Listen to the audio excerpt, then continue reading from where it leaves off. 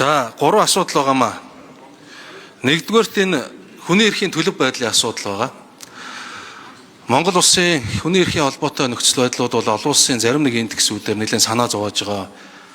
Ийм учраас өнгөрсөн хугацаанд засгийн газрын зүгээс хүний эрхийн багц хуулиуд за нийт 12 хуулийн төслийг өргөн барьснаас 11 нь хэлэлцэхийг дэмжигдсэн. За мөн эрүүгээр хян шийдвэрлэх тухай хууль, жагсаал цуглааг хэрэгчлөөний тухай хууль, хэвлэлийн хэрэгчлөөний хууль зэрэг хуулийн төслүүдийг өргөн мэдүүлээд одоо ингээд хэцүүлгийн төвшин зарим нэг хууль маань орж ирээд явж байна. Хүний эрхийн нөхцөл байдлыг дэвшлүүлэх тал дээр ямар бодлого баримталж ажиллах вэ? Нэгдүгээр асуудал. Хоёр дахь нь авилгын өнөөдрийн нөхцөл байдал бол нэлээд санаа зовоосон юм байгаа. Хэдийгээр манай улс өнгөрсөн жил 121-ээс 114 дугаар байр үед 7 байр урагшсан ч гэсэн оноо хэвээрээ байгаа. Авууштай нэг зүйл нь бас энэ өрсөлдөх болцоотой гэдэг энэ англи руугаа бид нар бас явж байгаа юм билээ дүгнэлт нь. Тэгэхээр энэ чиглэлд бас засгийн газраас хэд хэд хуулийн төслүүдийг өргөн барьсан. Нэг ялангуяа нийтийн албан тушаалтны хууль ус хөрөнгийг иргэний журмаар хураах нөхөн төлөвлөх тухай хуулийн төсөл за дагалдсан авилгын багц хуулиудыг өргөн барьчаад байгаа. За энэ бол ганцхан энэ засгийн газраас барьж байгаа бодлого биш, олон улсын экспертүүдийн зүгээс өгж байгаа зөвлөмжийн дагуу хийгдэж байгаа ажил. Мөн Transparency International байгууллагатай хамтарч ажиллаад удирдах зөвлөлийн дарга бусад хүмүүстэй уулзаад Монгол Улсын засгийн газраас авилгын эсрэг конвенцэд нэмэлт оруулах төсөл санаачлаад хилцүүлэхээр ингээд явж байна. Энэ батлагдах юм бол авилгын индекс бид нар урагшлах учиртай. Дээрх хуулиуд батлагдах юм бол хүний эрхийн индекс бид нар урагшлах учиртай. Тэгэхээр авилгын чиглэлээр ямар бодлого баримталж ажиллана гэсэн ийм бодол байгаа вэ? Гуравт нь стратегийн урд газартай холбоотой асуудал. 18 жилийн дараа Монгол улсын их хурлаас энэ стратегийн зарим урд газруудтай холбоотойгоор асуудлыг судалж шийдвэрлэх дүгнэлт гарах ажлын хэсэг байгуулагдсан. 5 толгой урд газар нэг ялангуяа ухаан удгийн урд газартай холбоотойгоор ажлын хэсэг гарч ажилласан миний бие яхалсан хууль зөрчсөн байна гэсэн дүгнэлтээ гаргасан. Ер нь энэ стратегийн урд газар Монголын ард түмэнд оногдох ёстой баялагийг ярихаар маш их дайралт гүтгэлэг саад бэрхшээл учирдаг юм байна лээ. Ярьсан хүн болгонд саад учрах юм байна лээ. Тэгэхээр эдгээр зүйлүүдийг даван туулж Монголын ард түмний үндсэн хуулиар олгогдсон эрхийг хангаж эзэмших ёстой баялагаас нь хувь хүртээхээр ажиллах ийм зориг байгаа юу?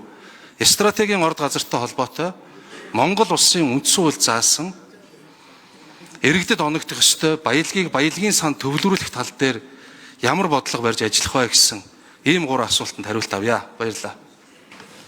За зандан шитрэг дарга хариулт өгье. За оюун сайхны алтан гэрэл сайдын асуултанд хариулъя. Нэгдүгээр хүний эрхийн асуудал. За хүний эрхийн тэмцэлд эцсийн цэг гэж үгүй гэж боддог. Ардчилсан үндсэн хуулиараа бид хүний эрхийг баталгаажуулсан тодорхой заасан хүний эрхийг хангасан улс. Ийм учраас ардчилсан үндсэн хуульдаа үнэнч байна. Ер нь бол төр ард түмний итгэлцэл хүчтэй тийм ардчилсан нийгмийг төлөвшүүлэхийн үндсэн хүний эрхийг хамгаалах явдаг гэж үзнэ. Шинээр томилогдох хууль зүйн сайдад тийм тодорхой үүрэг чиглэл өгч ажиллах болно. Тэр сайдыг улсын их хурлтайгаа байнгын ороод байгаа хүний эрхийн дэд хороотойгоо уялдаж ажиллах юм чиглэл болгоно. Хүн биш хууль засагладаг хүний эрхийг дээдэлдэг байх чиглэлээр мөрдийн шалах ажиллагаа түүнд хяналт тавих нууц мөрдийн шалах ажиллагаанд хүний эрхийг хангах чиглэлээр улсын их хурлын гишүүдээс гарах аливаа санаачлагыг дэмжиж ажиллах болно.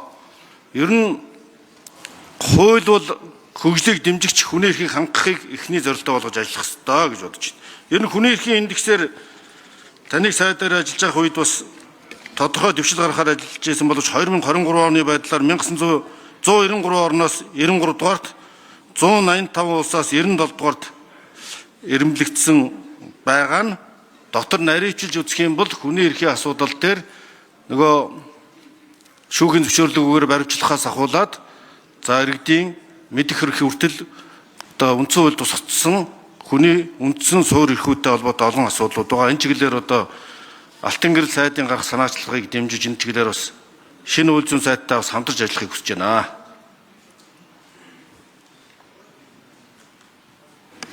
За оюун сайхны алтан гэрэл гишүүн тодруулжсоё. За стратегийн урд газар баялагтай холбоотой асуудал дээр тодруулж бас хариулт өгөхийг хүсье. За ер нь зандан шитрэг даргыг дэмжиж байгаа бүрэн дүүрэн дэмжиж байгаа. ажлын хандлагын хувьд одоогийн байгаа хууль эрх зүйн орчин ч гэсэн тааруулж ажиллаж болдог зүйл байдаг шүү гэдгийг тодруулж хэлье. Тухайлах юм бол жагсаал цуглаан их журмын тухай хууль бол хэвэндээ байгаа. Гэхдээ миний би хууль зүйн тогтоодын сайдаар ажиллаж ирснээс хойш жагсаал цуглааныг албатан тараахгүй, хүчээр зогсоохгүй, зөвшөөрөл шаардахгүй гэдэг энэ жишгийг тавиад яг энэ хугацаа цагдаагийн байгууллага бол жагсагчдтайгаа эрхчлөөгөө эдэлж байгаа хүмүүстэйгээ ойлголцоод өдний хүртэл ажиллаж болсон. Тэгэхээр ажил хийхэд бас санаачлага хууль эрх зүйн орчиндөө тохируулаад явах ийм санаачлага их чухал байдаг юм байлээ. За би баялагын сантай холбоотой асуудал дээр гүйцэж хариулахыг хүсэж байна. За зандан шитрэг дарга нэмж хариулъя. За хоёр асуултанд хариулж юмсангүй гүйцэг хариулчих гэж бодож байна. Авилгачдын хөрөнгө хураах хуулийг талаар энэ авилгатай тэмцэх асуудлаар би тодорхой хариулъя гэж байна. Улсын их хурлын дараагаар ажиллаж байхдаа эрүүгийн хуульд өөрчлөлт оруулж төрийн андуурын албан тушаалтанд хахуул авбал бүх насаар нь хорих хүртэл ялагч хангадсан. Манай ялын хамгийн дээд хэмжээг бий болгосон. Авилгатай тэмцэх үндэсний хөтөлбөрийг шинжилэн баталсан. Энэ дотроо үндэслэгүй хөрөнгөчих орлогоосоо давсан зарлагыг хянах зохицуултыг хийж оруулсан. Эрүүгийн хуулийн ялтай одоо хахуулаар болон хууль бусаар хөнгөцсөн орлогыг хурааж тэгэхээр үндэслэгүй хөрөнгөчих бол зүгээр хөрөнгөө иргэний журмаар хураалгаад дуусгачихдаг иргэний хэрэг биш гэж боддог. Энэ бол одоогийн хуулиар эрүүгийн гэмт хэрэг. Гол асуудал шин хууль гаргахаас илүүтэй дабл стандарт байдлаар хууль сахиулах байгууллагууд ажиллаад заримд нь хууль үйлчлэхгүй байгаад иргэд дургүй байгаа. Ийм учраас бид бол хууль эрхтгч засагладаг баг дээр хуулийн байгууллагуудаа, хууль сахиулах байгууллагуудаа шаардаж шахаж ажиллах ёстой гэж үздэг. Хөрөнгө хураах хуулийн төслийн тухайд бол энэ бол засгийн газраас нэгэнд улсын их хурл дөрвөн баригдсан учраас одоо улсын их хурлын шийдэх асуудал болсон гэж бодож байна. За стратегийн орд газруудын хувьд энэ санаачлагыг үндсэн хуулийн нэмэлт өөрчлөлтөнд 2009 оны үндсэн хуулийн нэмэлт өөрчлөлтөнд бид оруулж үндэсний баялагын сангийн тухай хуульчлах үндсийг үндсэн хуулиар тогтоосон санаачлагыг өөрөө гаргаж Норвегийн үндсэн хуулиас иш авч оруулсан. Одоо ирээдүйн иргэн бүрдээ нэг өргөөжтэй тэг шудраг хөтөмжтэй байхад чиглүүлсэн ийм агуулгыг оруулсан. Энийг одоо улсын хурлаас үндэсний баялагын сангийн тухай хуулийг баталсан. Тийм учраас үүнийг хэрэгжүүлэх нь зөвхөн эрд зориг төдийгүй бидний хүсэл мөрөөдөл учраас өнөөдөр энэ ажлаа гүйцээж хэрэгжүүлэхийн тулд үндсэн хуульд оруулсан ард түмний хамтын хүсэл мөрөдлөөр оруулсан асуудлыг үргэлжлүүлж бодиттой энэ үндэсний баялагын санг бий болгож хэрэгжүүлэхийн төлөө би бас нэр дэвшиж байгаа нэг шалтгаан маань энэ гэж би хэлж бодож байгаа. Тийм учраас энэ зөвхөн зориг биш хүсэл мөрөөдөл маань юм а гэж бодож байна.